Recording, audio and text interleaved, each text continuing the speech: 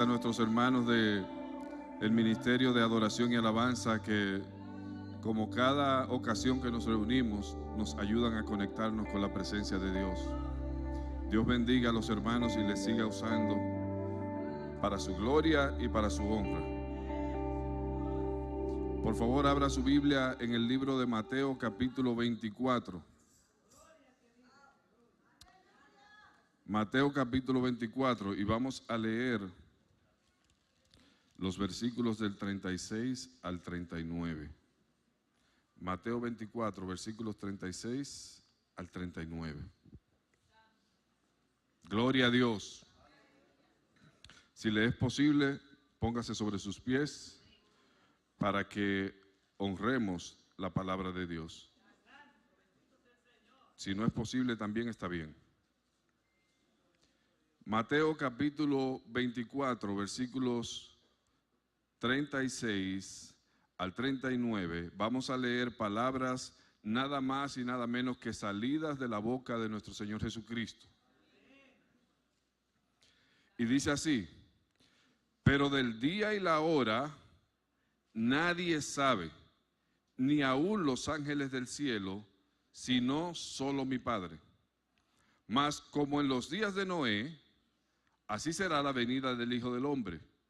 Porque como en los días antes del diluvio estaban comiendo y bebiendo, casándose y dando en casamiento, hasta el día en que Noé entró en el arca. Y no entendieron hasta que vino el diluvio y se los llevó a todos. Así será también la venida del Hijo del Hombre. Padre, gracias por esta tu palabra. Ahora, Señor, nos disponemos a profundizar en ella, a escudriñarla, y sobre todo, Señor, a descubrir la verdad tuya a través de ella, Señor. Te pedimos que tú nos bendigas en este día, teniendo a bien usar los labios de tu siervo, Señor, para ministrar una palabra fresca, una palabra ungida por tu Espíritu y una palabra que traiga vida y traiga libertad a los cautivos. En el nombre de Jesús. Amén y amén. ¿Se pueden sentar, mis amados? Hace algunos años, mientras era estudiante universitario, bastantes años ya, como parte de un trabajo nos correspondió ir a un programa de televisión que era muy popular, un programa noticiero que era muy popular en la República Dominicana, que se transmitía por las mañanas. El programa se llamaba 1+1. Y curioso, le pregunté a una de las personas que estaban allí que por qué ese programa se llamaba así. Y me dijeron, porque 1+1 es el principio de la comunicación. Y yo le pedí que me lo explicara un poco más. Y me dijeron, la comunicación comienza cuando hay un emisor y un receptor. Si no hay un emisor y un receptor, no hay comunicación. Así que decidí investigar un poquito más y me encontré que la comunicación tiene básicamente 5 elementos. Tiene un emisor, que es la persona que entrega el mensaje. Tiene un receptor, que es la persona que recibe el mensaje. Tiene un mensaje, que es lo que el emisor quiere comunicar al receptor. Tiene un canal a través del cual ese mensaje se va a comunicar, ya sea por escrito, ya sea a través de la señal de televisión o lo que sea. Y tiene un contexto en el cual ese mensaje se desarrolla. Además de que tiene un código con el cual se da el mensaje. Por ejemplo, el código es tan importante que cuando Dios quiso que el pueblo no siguiera construyendo un edificio, decidió cambiarle el código y no pudieron comunicarse más. Porque es necesario que el mismo código que tiene el emisor lo tenga el receptor. Esos son los 5 elementos básicos de la comunicación. Pero también descubrí en aquella investigación que toda comunicación está sujeta a obstáculos. En las comunicaciones hay obstáculos que pueden hacer que el mensaje no llegue como lo emitió el emisor a la recepción o a la mente del receptor.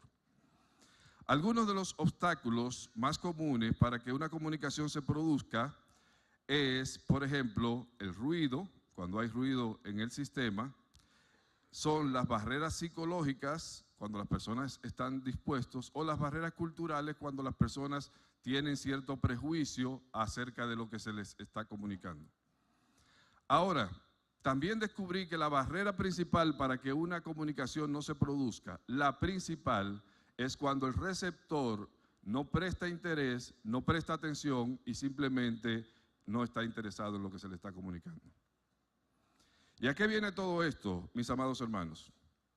Esto viene a que mientras meditaba en este pasaje hace algunas semanas, una palabra saltó, más bien 3 palabras, saltó hacia mi atención y me pregunté muchas veces, ¿qué será lo que el Señor Jesús quiso decir con esto?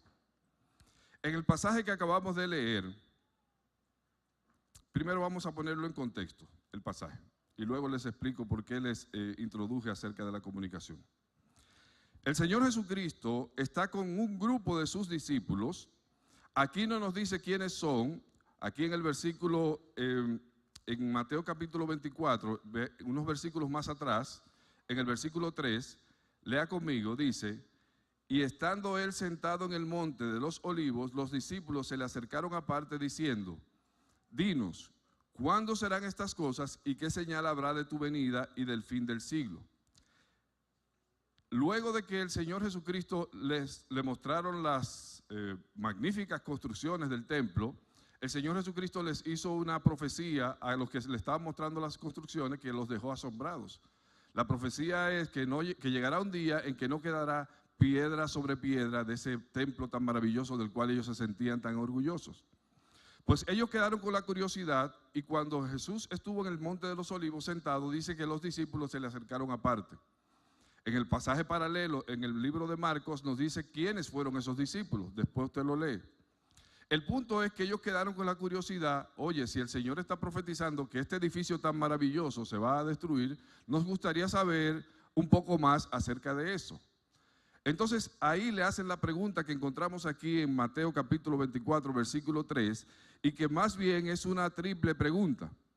Dice, ¿cuándo serán estas cosas? Es la primera pregunta. ¿Qué señal habrá de tu venida? Es la segunda pregunta. Y del fin del siglo es la tercera pregunta. Lo que tú has dicho que va a suceder, ¿cuándo va a suceder? ¿Qué señales tendremos para estar advertidos de que eso suceda? Y además, ¿qué señales tendremos de cuando tú vengas a la tierra? ¿Está conmigo? En este marco, el Señor le da respuesta a cada una de estas preguntas. A la primera pregunta, la respuesta la encontramos en el primer versículo que leímos en esta ocasión, el versículo 36. Pero del día y la hora, nadie sabe. ¿Cuál es la respuesta a la pregunta cuándo? Nadie sabe. Dice más en el pasaje de Marcos, dice ni aún el Hijo, solamente el Padre. Y recuerdo que en Hechos capítulo 1, cuando los discípulos le hicieron una pregunta similar acerca de cuándo restauraría el reino de Israel, el Señor le dijo, eso no es problema de ustedes. O sea, el cuándo no es su problema. Ahora, yo le voy a dar las señales, dijo el Señor Jesucristo, para que ustedes estén preparados. Interesante. Acerca de las señales, el Señor le hace varias advertencias. Cuando usted pueda, lea Mateo 24 completo. Pero yo quiero resaltar 2 de las advertencias que Él le hace. La primera, no se dejen engañar por los falsos cristos. Lo podemos leer ahí del versículo 4 al 5. Dice, respondiendo Jesús les dijo, mirad que nadie os engañe, porque vendrán muchos en mi nombre diciendo, yo soy el Cristo, y a muchos engañarán. La segunda advertencia que les hace, la vemos un poquito más adelante ahí en el versículo 6, que dice, mirad que no os turbéis. Dice, y oiréis de guerras y rumores de guerra, mirad que no os turbéis. Entonces, mientras está elaborando su respuesta, el Señor les advierte a los que le están escuchando, a sus discípulos, recuerda que lo llamaron aparte, les advierte que habrá intento de engañarlos y que habrá ocasión en que tendremos la tentación de turbarnos, porque los tiempos se ponen difíciles.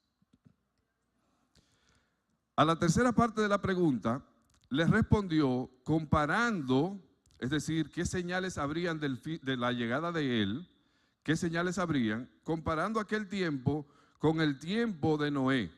Y este es el pasaje que hemos leído en la mañana de hoy. Jesús les advirtió, conforme a mi análisis, que el problema principal que tuvo la generación que vio la construcción del arca y que escuchó el mensaje de advertencia, que el problema principal que tuvieron fue que no entendieron. Léalo conmigo ahí en Mateo capítulo 24, versículo 39. ¿Qué dice? ¿Cómo comienza el versículo? Y no entendieron. Y esas son las palabras que me molestaron durante algún tiempo, preguntándome, ¿cómo así? ¿Qué fue lo que no entendieron? ¿Y por qué no lo entendieron? ¿Y qué consecuencias tuvo que no lo entendieran? Y esas son las tres preguntas que con la ayuda del Espíritu Santo pretendemos responder en esta mañana. ¿Qué fue lo que no entendieron? ¿Por qué no lo entendieron? ¿Y qué consecuencias tuvieron de no haberlo entendido? Retorno a la explicación sobre el tema de la comunicación. Cuando leí esto, lo primero que pensé fue, bueno, pues falló la comunicación. ¿Está usted de acuerdo conmigo o no? La comunicación falló porque si el proceso de comunicación no fue efectivo, la comunicación falló. Ahora, ¿por qué causa falló? Lo vamos a ver. Pero está claro que la comunicación falló.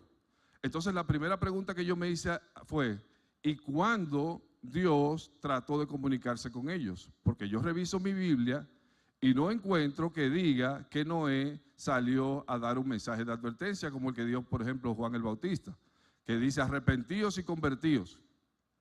Sin embargo, escudriñando un poco más, me di cuenta que hay evidencia en las Escrituras de que realmente Noé hizo el trabajo de advertir.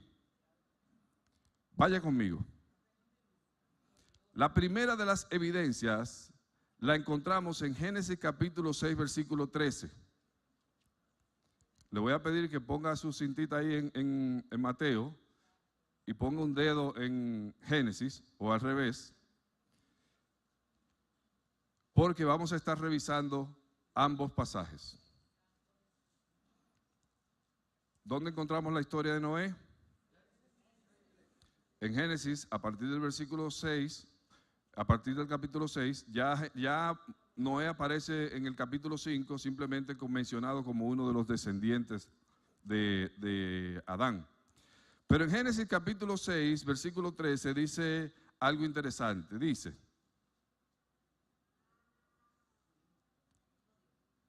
y dijo pues Dios a Noé, ¿a quién le dijo Dios? Entonces Dios habló con Noé. Estamos claros que Dios le dio un mensaje a Noé. ¿Qué fue lo que le dijo? He decidido el fin de todo ser, porque la tierra está llena de violencia a causa de ellos, y he aquí que yo los destruiré con la tierra. Entonces, ¿tenía Noé o no tenía el mensaje? La pregunta es, ¿lo compartió o no lo compartió? Bueno, pues encontramos más pistas en las Escrituras. Por ejemplo, en Hebreos capítulo 11, versículo 7, nos dice que acerca de Noé, nos dice lo siguiente: por la fe Noé, cuando fue advertido por Dios acerca de cosas que aún no se veían, con temor preparó el arca en que su casa se salvase, y por esta fe condenó al mundo y fue hecho heredero de la justicia que viene por la fe. Me está diciendo que Noé tuvo fe en lo que le dijeron y que por esa fe el mundo fue condenado. Entonces, si el mundo fue condenado, quiere decir que fue porque de alguna manera la fe de Noé se les comunicó a ellos y ellos decidieron no aceptarla por alguna razón u otra. Pero la prueba principal la encontramos en las palabras del apóstol Pedro en su carta, en su segunda carta, capítulo 2, versículo 5, cuando le llama a Noé pregonero de justicia. ¿Usted sabe lo que es un pregonero? ¿Cuántos son del campo aquí? A ver, levante la mano. Pero como que quedan pocos. Si usted es del campo, y algunos que éramos de los suburbios de la capital, sabemos que las personas que vendían cosas se la pasaban pregonando, ¿verdad? Pregonero. Eso es un pregonero, que es un predicador. Entonces eso nos convence de que efectivamente hubo un mensaje que se comunicó. Aunque no tengamos todos los detalles, hubo un mensaje que se comunicó. Hay una fuente extrabíblica, que es el libro de las antigüedades de Josefo, que afirma categóricamente que Noé predicó a su generación. Pero como es extrabíblica, la usamos como apoyo, pero la verdad la estamos buscando en las Escrituras. La última evidencia, y para mí la más contundente, son las palabras del Señor, de nuestro Dios, en el momento en que decidió tomar esta acción.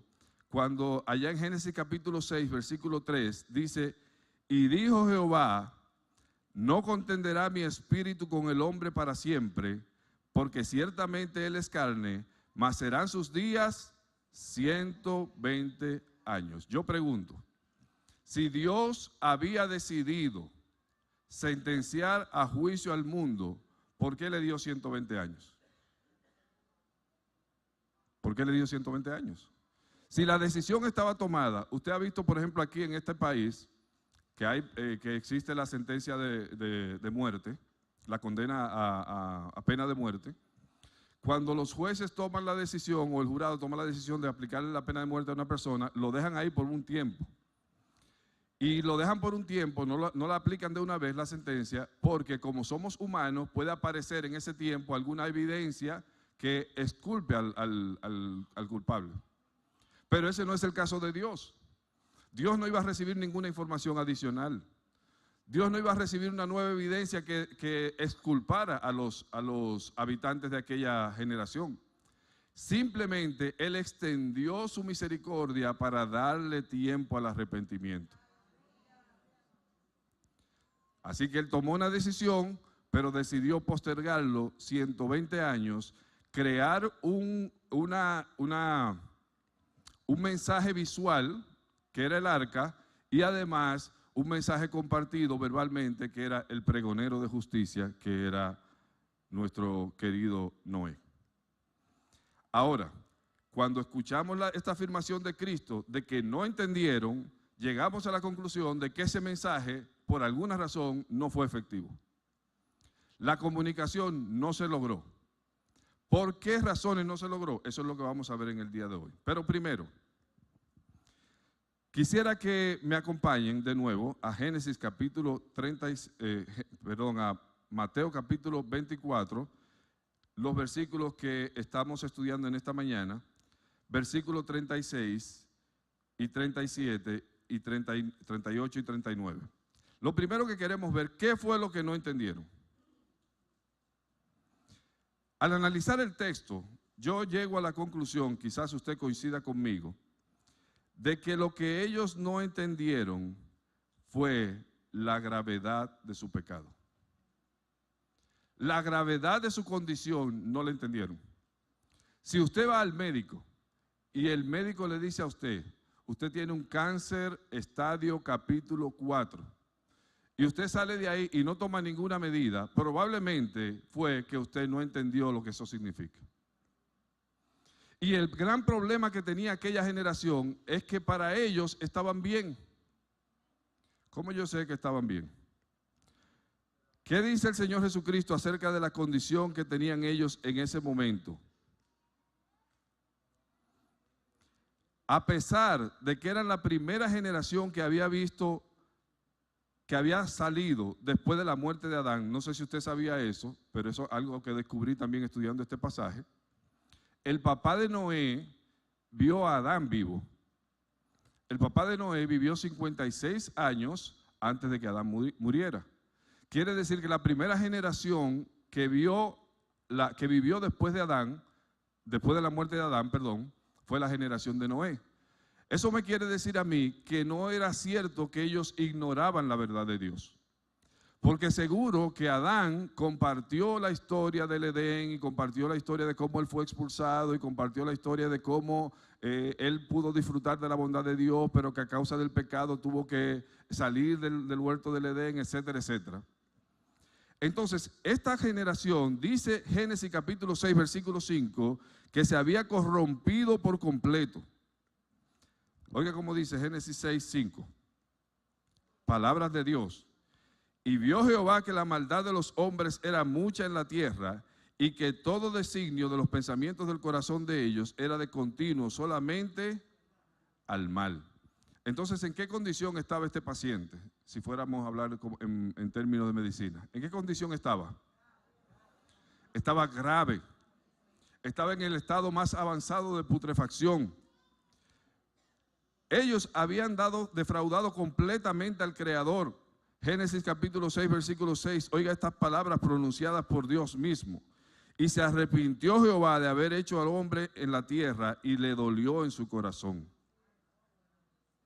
¿Sabe lo que es? ¿Alguna vez usted ha tenido la experiencia de poner expectativa, esperanza, invertir en una persona y que esa persona lo defraude por completo?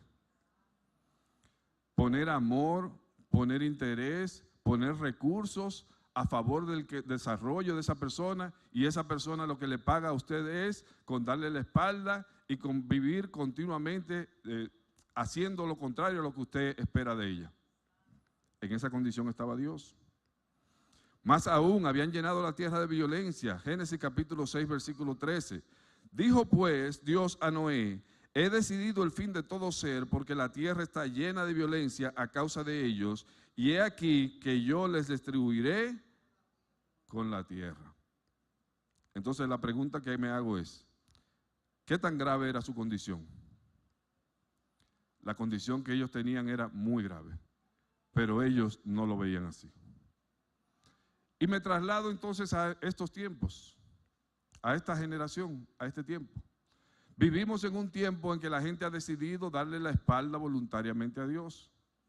Vivimos en un tiempo en que las personas han decidido vivir con normas que contradicen los mandamientos de Dios. Vivimos en un tiempo en que las personas voluntariamente le llaman malo a lo bueno y bueno a lo malo. Es más, lo que la Biblia presenta como motivo de vergüenza, esta generación lo considera un motivo de orgullo. Y ustedes saben de lo que les estoy hablando. Así que lo primero que me saltó la alarma fue, bueno, pues así como ellos no entendieron, así muchos no entienden en este tiempo. Así como ellos no eran conscientes de su condición, muchos de nosotros no somos conscientes de nuestra condición. Y estoy seguro que hay personas aquí que llegaron a este lugar pensando que ellos son buenos. Y pensando que están bien delante de Dios. El problema del pecado, mis amados hermanos, es que a quien ofende es a Dios. Probablemente usted no se sienta ofendido por pecar. Al contrario, la Biblia dice que el pecado también trae placeres. Pero el pecado ofende grandemente a Dios. Nosotros no tenemos un pecadómetro, pero Dios sí lo tiene. ¿Por qué yo sé que Dios tiene un pecadómetro? Porque el Señor Jesucristo, hablando con los fariseos y con los escribas, le dijo: más condenación tienen ustedes que Sodoma. Entonces parece que Él sí tiene su medidor. Nosotros no tenemos. Pero lo que sí sabemos es que el pecado es ofensa contra Dios. La razón principal por la que nosotros nos sentimos tan cómodos con nuestro pecado es porque es una cárcel con las puertas abiertas. Nosotros creemos que estamos bien. Cuando usted le reclama a una persona que sabe que lo que está haciendo no es prudente o no es sabio, le dice: yo lo dejo cuando yo quiera. Pero nunca lo puede dejar. ¿Por qué? Porque somos esclavos del pecado. Y no entendemos nuestra condición. ¿Sabe lo que dijo el Señor Jesucristo acerca de la condición de los que no lo tienen a Él? Dijo: están muertos. Es más, le dijo a un joven: deja que los muertos entierren a sus muertos. Y tú ven y sígueme. La razón por la que nosotros no nos damos cuenta de cuán grave es nuestra condición, porque pensamos que lo que estamos es enfermitos. Y que en cualquier momento nos paramos. Pero la Biblia dice que estamos muertos cuando estamos sin Cristo. Es una condición grave. La peor condición del muerto es no saber que está muerto y creer que está vivo. Y hay personas que por el hecho de que su corazón está latiendo y están respirando, piensan que están vivos, pero delante de Dios están muertos. Ya se me pusieron serios, mis amados hermanos. Pero usted sabe que yo me alegro, porque yo me puse muy serio cuando estaba estudiando este mensaje. ¿Qué fue lo que no entendieron? No entendieron la gravedad de su condición y segundo, no entendieron la inminencia del juicio venidero. La Biblia dice que en los postreros tiempos habrían burladores que dirán, ¿dónde está la venida del Señor? Desde que los padres salieron estamos oyendo de eso, de que viene y no acaba de venir. Y nos da la impresión de que tenemos mucho tiempo, sobre todo si estamos jóvenes, pensamos que tenemos mucho tiempo por delante. Pero la verdad es que el juicio era inminente, la sentencia ya estaba leída. Génesis capítulo 6, versículo 7. ¿Cuál era la sentencia?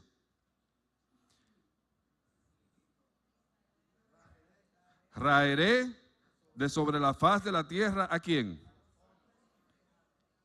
¿Y a quién más? ¿Estaba decidido o no estaba decidido?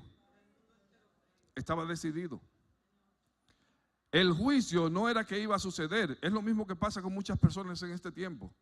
Muchas personas, usted le predica acerca del Evangelio de Jesucristo y dice, más adelante yo tomo una decisión. No, mentira, usted tomó una decisión. La Biblia dice, el que cree en el Hijo tiene vida eterna.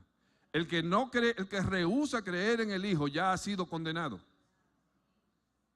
Es la falsa idea de que usted más adelante puede tomar una decisión porque le queda tiempo. Usted no sabe, ni yo tampoco. La Biblia dice que el tiempo para el arrepentimiento es aquí y ahora. Ninguno de nosotros es dueño del próximo segundo de vida. Ninguno de nosotros. Ni los que están dentro ni los que están fuera. Pero a veces recibimos esa falsa sensación de que, bueno, Dios es bueno.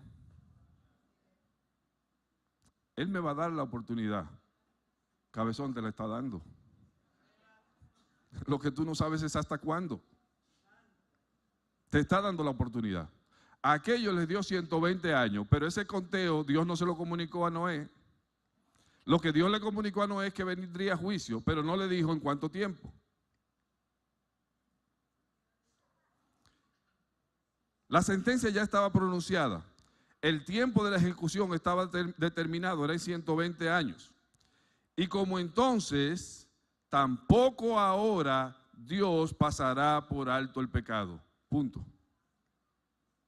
A veces llegamos a pensar, bueno, pero eso era en el Dios del Antiguo Testamento. Le voy a leer lo que dice el apóstol Pedro en el Nuevo Testamento, en 2 de Pedro capítulo 2, versículo 4 en adelante, y présteme atención. Porque si Dios no perdonó a los ángeles que pecaron, sino que arrojándolos al infierno los entregó a prisiones de oscuridad para ser reservados al juicio, y si no perdonó al mundo antiguo, sino que guardó a Noé, pregonero de justicia, con otras 7 personas, trayendo el diluvio sobre el mundo de los impíos, y si condenó por destrucción a las ciudades de Sodoma y de Gomorra, reduciéndolas a ceniza y poniéndolas de ejemplo a los que habían de vivir impíamente, y libró al justo Lot, abrumado por la nefanda conducta de los malvados, porque este justo que moraba entre ellos afligía cada día su alma justa, viendo y oyendo los hechos inicuos de ellos. Sabe el Señor librar de tentación a los piadosos y reservar a los injustos para ser castigados en el día del juicio. No le quepa ninguna duda, mi amado hermano. Dios es paciente, no queriendo que ninguno perezca, sino que todos procedan al arrepentimiento. Pero la paciencia de Dios tiene un límite. Hay un día señalado por Él, en el cual se hará la diferencia entre el que le sirve y el que no le sirve. Un día señalado por Él, que para uno será un día de juicio y para otro será un día de redención. Un día señalado por Él, a partir del cual no tolerará más el pecado. Mi alma adora a Dios. Aleluya. Al igual que aquella generación, nosotros vivimos en una generación que no espera juicio.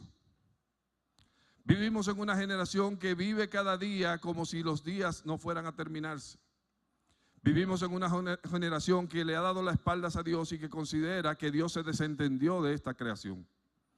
Los que no están en el grupo de los que no creen en Dios, creen en un Dios, un abuelo bondadoso que le permite todas las ñoñerías y todas las malcriadezas a sus hijos sin disciplinarlos. Pero ese no es el Dios soberano del que habla la Biblia. ¿Sabe dónde está la frase Dios es fuego consumidor? En el Nuevo Testamento. Sí, porque a veces pensamos, no, que ese era el Dios del Antiguo Testamento. Esa frase está en el Nuevo Testamento. Dios es amor, pero también es fuego consumidor. ¿Y por qué nosotros no entendemos la inminencia del juicio venidero? Porque preferimos no pensar en eso.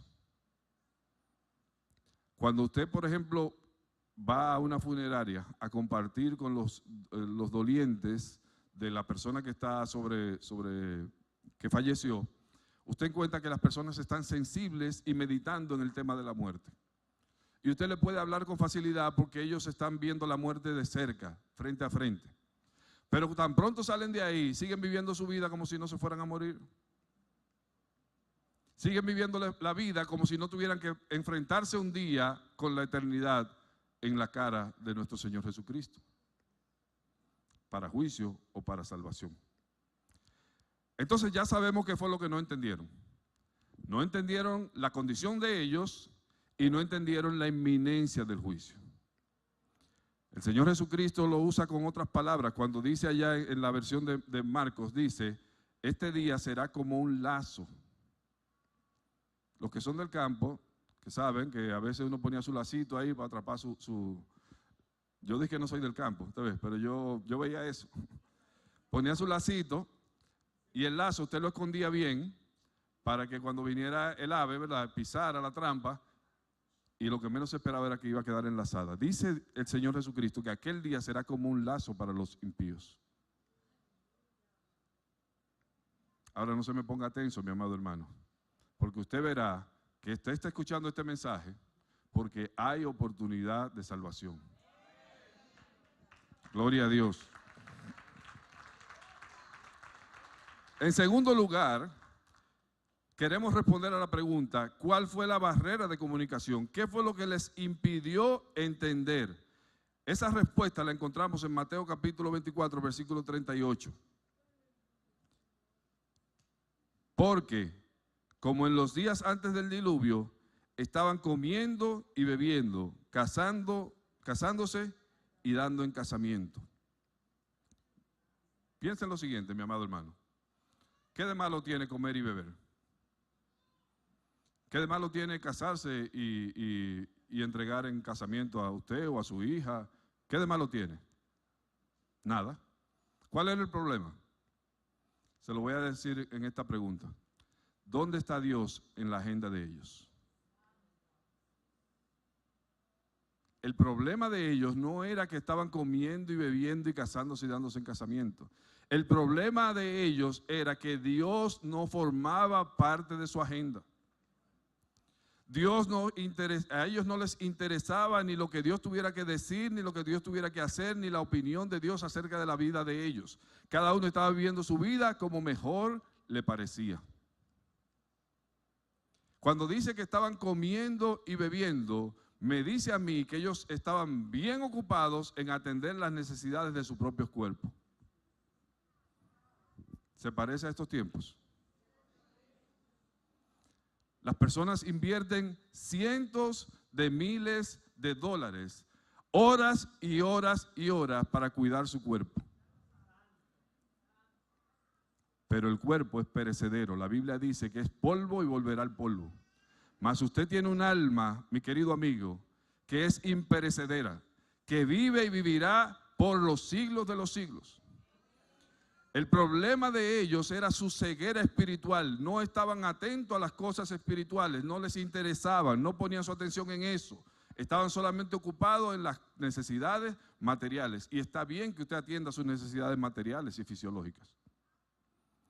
Pero recuerde que por encima de eso está su necesidad espiritual. Usted necesita a Cristo. Usted necesita una relación personal con Dios en Jesucristo. Y así como usted alimenta su cuerpo, la Escritura dice, no solo de pan vivirá el hombre, sino de toda palabra que sale de la boca de Dios. Entonces, que estaban comiendo y bebiendo, me dice a mí que ellos estaban bastante ocupados en cuidar su hombre exterior, pero estaban totalmente despreocupados de cuidar su hombre interior. Al igual que la generación actual, aquella generación era una generación centrada en sí misma. No dice que estaban dando de comer, dice que estaban comiendo. No dice que estaban compartiendo, dice que estaban bebiendo. ¿Qué quiere decir eso? Que estaban pensando solamente en sí mismos. Y vivimos también en una generación donde el egocentrismo ha llegado a tales niveles que las personas en este tiempo se van a tomar una foto y nada más se toman la foto de ellos. Hasta el nombre lo dice. Selfie. Porque vivimos en medio de una generación que solamente piensa en sí mismo. Leí algo por ahí el otro día de la diferencia entre las generaciones actuales y las generaciones anteriores, que usted iba a la casa de unos viejos anteriores y usted en la sala encontraba cuadros del abuelo, de la mamá, del papá, de la familia. Ahora usted entra al muro de un joven y ve fotos de él, de él, de él, de él, de él y de él. Entonces, aquella generación estaba ocupada en sí misma y esta generación más todavía. La generación actual se ha postrado ante el Dios de la autocomplacencia. De tal manera que nos han convencido, de que si algo es verdad en mis sentimientos, entonces es verdad independientemente de cualquier otra prueba. No importa lo que diga la Biblia, ni siquiera lo que diga la ciencia. Si yo me siento así, esa es mi verdad. Y usted tiene que aceptármela. Usted quiere una generación más centrada en sí mismo que una que afirma que si un hombre se siente mujer, entonces hay que llamarlo mujer.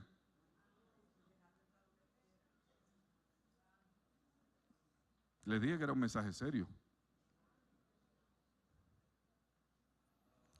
¿Y por qué les estoy haciendo todas estas comparaciones? Porque fue el Señor quien dijo que así como fue en los días de Noé, serían los días antes de su venida. Y lo que quiero es que todos abramos los ojos y nos demos cuenta de que esos días de Noé son los que estamos viviendo hoy.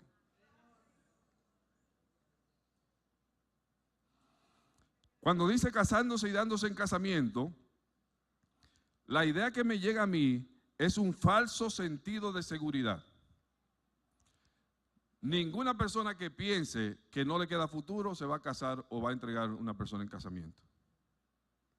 Cuando usted se casa o se da en casamiento, usted tiene planes para el futuro. Quiere decir que usted está contando con su futuro. Ese falso sentido de seguridad que tenían los habitantes de la generación de Noé, hoy se ha multiplicado más. Porque tenemos mucha ciencia, porque tenemos mucha tecnología, porque tenemos mucho conocimiento. Entonces las expectativas de vida han crecido y nos sentimos con un falso sentido de seguridad. Si me enfermo, yo sé que hay medicina para eso. Oh, gloria a su nombre. Porque mi seguridad no está puesta en el Dios que es soberano y que tiene control de mi vida, sino que está puesta en mis recursos o en los recursos que provee mi sociedad.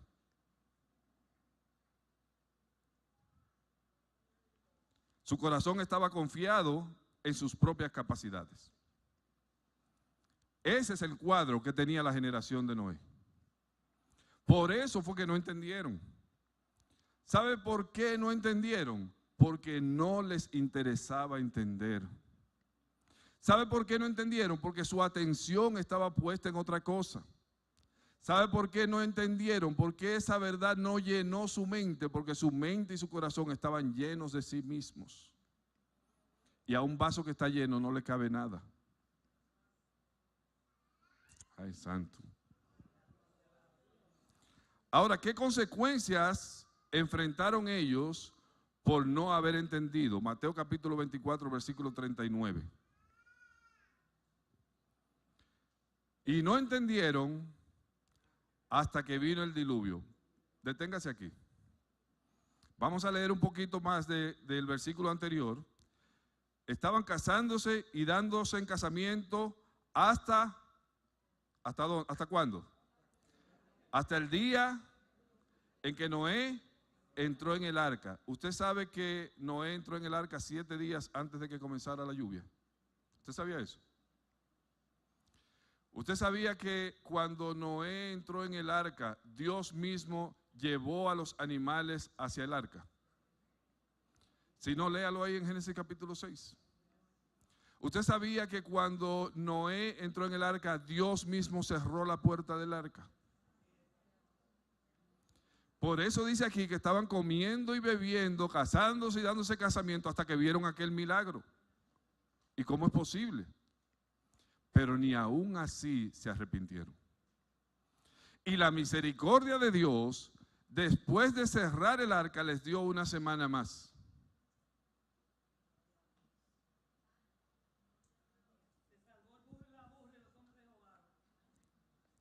Oh, mi alma adora a Dios. Pero mire lo que dice la primera parte del versículo 39. Y no entendieron hasta que vino el diluvio. ¿Qué me quiere decir esto a mí, mis amados hermanos? La palabra hasta que me dice a mí que entonces entendieron.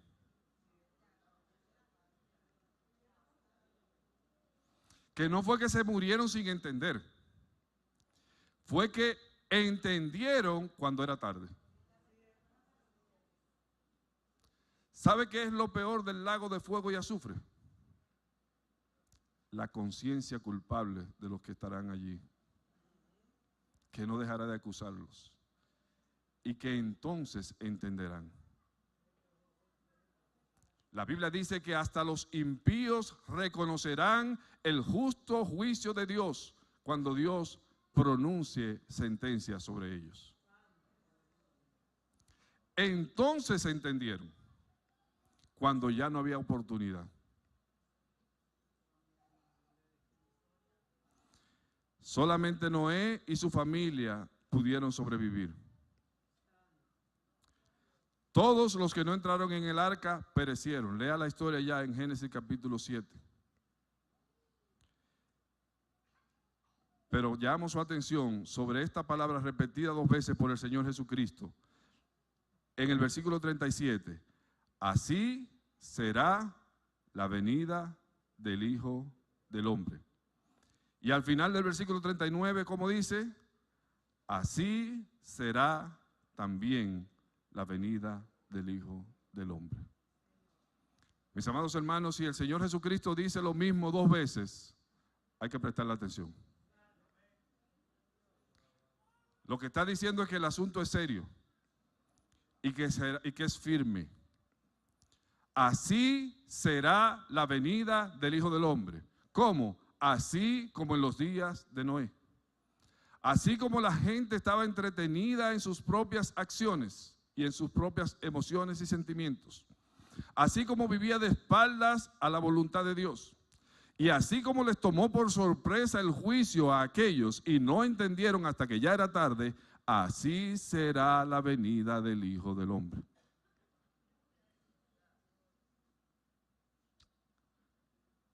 Yo concluyo. En 2 ocasiones Jesús repitió la profecía, así será la venida del Hijo del Hombre. Eso significa que debemos prestar seria atención a esa advertencia. Al igual que en los días de Noé, Dios sigue llamando a los hombres y mujeres al arrepentimiento para que escapen del juicio venidero. El papel de pregonero de justicia hoy le corresponde a la iglesia. El arca de salvación ya no es un bote de madera, es una persona. Se llama Jesucristo. La puerta que se cerró en aquella ocasión hoy sigue abierta. Se llama Jesucristo. Él dijo, yo soy la puerta. El que por mí entrare hallará pastos. Él fue quien dijo: yo soy el camino, yo soy la verdad, yo soy la vida. Y el mismo que nos hizo esta advertencia, el Señor Jesucristo, hoy nos dice: la puerta sigue abierta. Entiéndelo antes de que sea tarde. La generación actual también ha decidido necia y temerariamente no prestar atención al mensaje e ignorar las claras señales de la segunda venida de Jesucristo y los juicios que se desatarán entonces. Ellos no entendieron, pero usted, mi amado hermano, tiene la oportunidad de entender. El tiempo está cerca. La venida de nuestro Señor Jesucristo está cerca, a las puertas, dice la Escritura. Las señales se han cumplido. La generación actual es como la de Noé. Cristo viene pronto y la puerta se cerrará. Pero antes de eso, quiero extenderle una invitación. Si en el día de hoy usted se dio cuenta de que usted es de los que han estado viviendo su vida de espaldas a esta verdad y quiere ser contado en el número de los que podrán penetrar en el arca, que en aquella ocasión fueron solamente 8, pero en esta ocasión dice la Escritura que serán millares reunidos en el cielo, alabando y glorificando al Dios de los cielos, celebrando las bodas del Cordero. Usted puede formar parte de ese número. Mi invitación es: escape por su vida.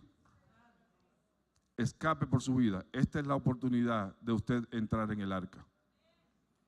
¿Hay alguien en este lugar que haya entendido? ¿Hay alguien que no entendía y ahora entendió? Le invito a que venga aquí al altar, queremos orar por usted. Si hay una persona que escuchó este mensaje y entendió, mi trabajo está hecho. Hay más fiesta en los cielos por un pecador que se arrepiente que por 99 justos que no necesitan arrepentimiento. Incline su rostro. Padre, te adoramos, Señor. Bendecimos y exaltamos tu nombre, tu majestad, tu señorío, tu grandeza. Gracias por hablarnos claro en este día, Señor. Gracias por traer tu palabra que refresca nuestras vidas, que levanta al cautivo, Señor, liberta al cautivo y levanta al muerto. Trae vida, Señor, a los que necesitan vida en esta hora. Trae arrepentimiento de corazón a aquellos, Señor, que han estado viviendo de espaldas a ti, no importa que asistan o que no asistan a la iglesia. Señor, ayúdanos a perseverar hasta el fin. Ayuda, Señor, a mis hermanos que están aquí en este lugar batallando con situaciones en su vida. Ayúdalos a afirmarse en esta verdad, Señor. Y ayuda a aquellos que aún no te conocen, Dios mío, a liberarse de las garras del maligno y escapar, Señor, de la condenación eterna. Te lo ruego, Señor, así como lo hiciste conmigo, el más vil de los pecadores, así puedes hacerlo con cualquier otro de mis amigos. En el nombre de Jesús.